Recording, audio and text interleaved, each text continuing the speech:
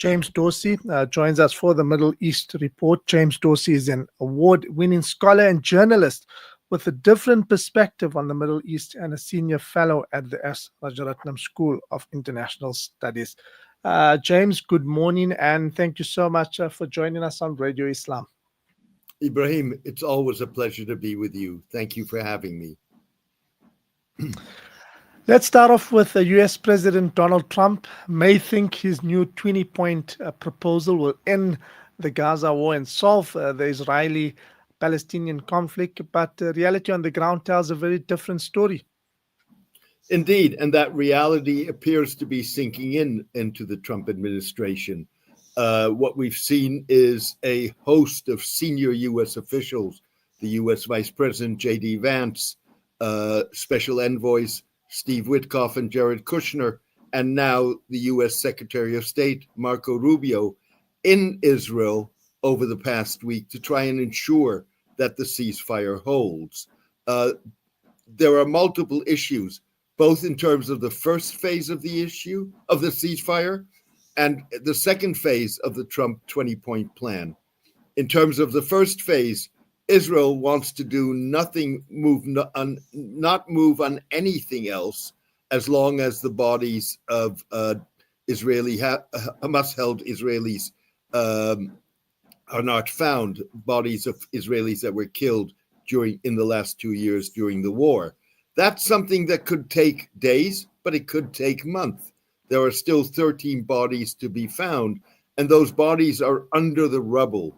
And Hamas doesn't always have the equipment and the wherewithal to dig those bodies out. So for the Israelis, this is a stalling tactic, and that's an issue, of course, to the Trump administration.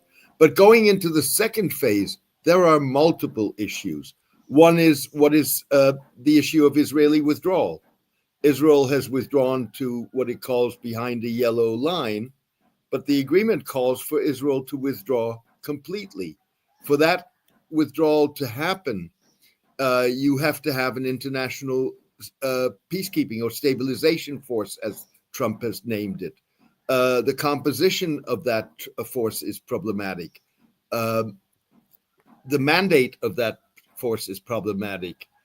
On top of that, you have the issue of the demand for the disarmament of Hamas. Now, there may be a formula for that whereby Hamas surrenders the few heavy weapons that it has, rockets and missiles, and retains small arms. That's the compromise that's being looked at. But that's not a compromise that's going to be easy to sell to the Israeli Prime Minister Netanyahu. That's just to name a few of the issues. Leave aside who's going to govern Gaza once the Israelis withdraw.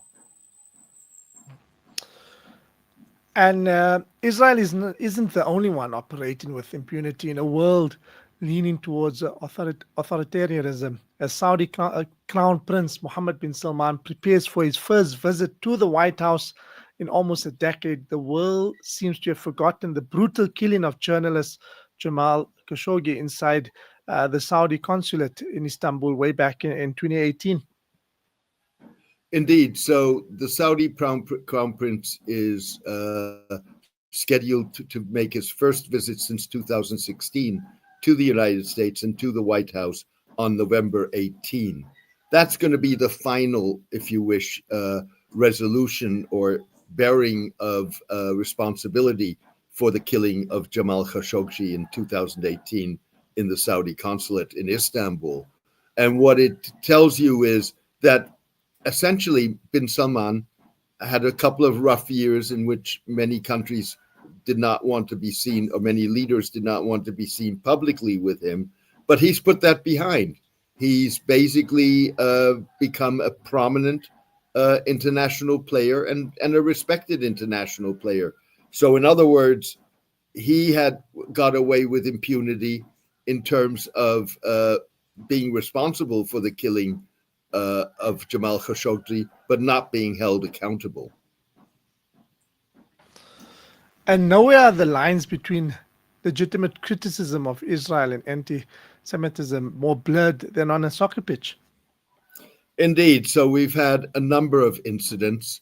The latest, of course, the banning of Maccabi Tel Aviv fans from attending a Europa Championships League match against Aston Villa in Birmingham, on the grounds that there was a risk of violence, and there is a risk of violence. Racism in Israeli stadiums, the chanting of racist, anti-Muslim, anti-Arab, anti-Palestinian slogans has increased by 67% in the last year. And Maccabi Tel Aviv is responsible for about 1/3 of that increase. So that's one element. Now, part of the reason why the Maccabi Tel Aviv fans were banned was what happened almost a year ago in Amsterdam, when Maccabi Tel Aviv was playing a competition match against Ajax in Ajax Amsterdam. And at that time, you saw significant anti-Semitic slogans being shouted, as well as on social media, against the Maccabi Tel Aviv fans, leaving aside for a moment who started the violence between the two groups. And on the other hand, you have on the Arab, Muslim, Palestinian side a failure to differentiate between categories such as Jewish, Israeli, or Zionist.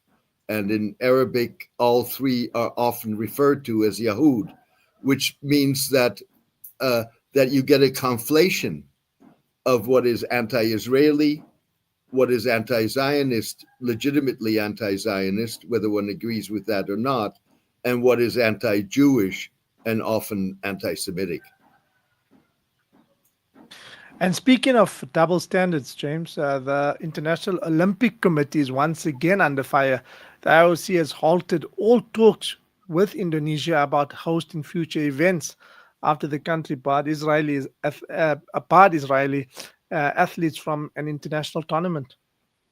Yep, the 53rd Artistic Gymnastics Championships are taking place in the Indonesian capital of Jakarta as we speak. The Indonesians have barred the Israeli athletes from competing, including an Olympic gold medalist. And in response to that, the IOC, the International Olympic Committee, has said that it will have no further discussions with Indonesia about any future sporting tournaments or events. Indonesia has a checkered history. It has no diplomatic relations with Israel, but it has informal contacts, and those informal contacts include Israeli journalists, officials, analysts quietly traveling to the archipelago republic. It includes several visits by some of the country's most foremost religious leaders visiting Israel, and at least in one instance, meeting with Prime Minister Netanyahu. And it includes Indonesians traveling via Jordan to Israeli-controlled territory to visit holy shrines.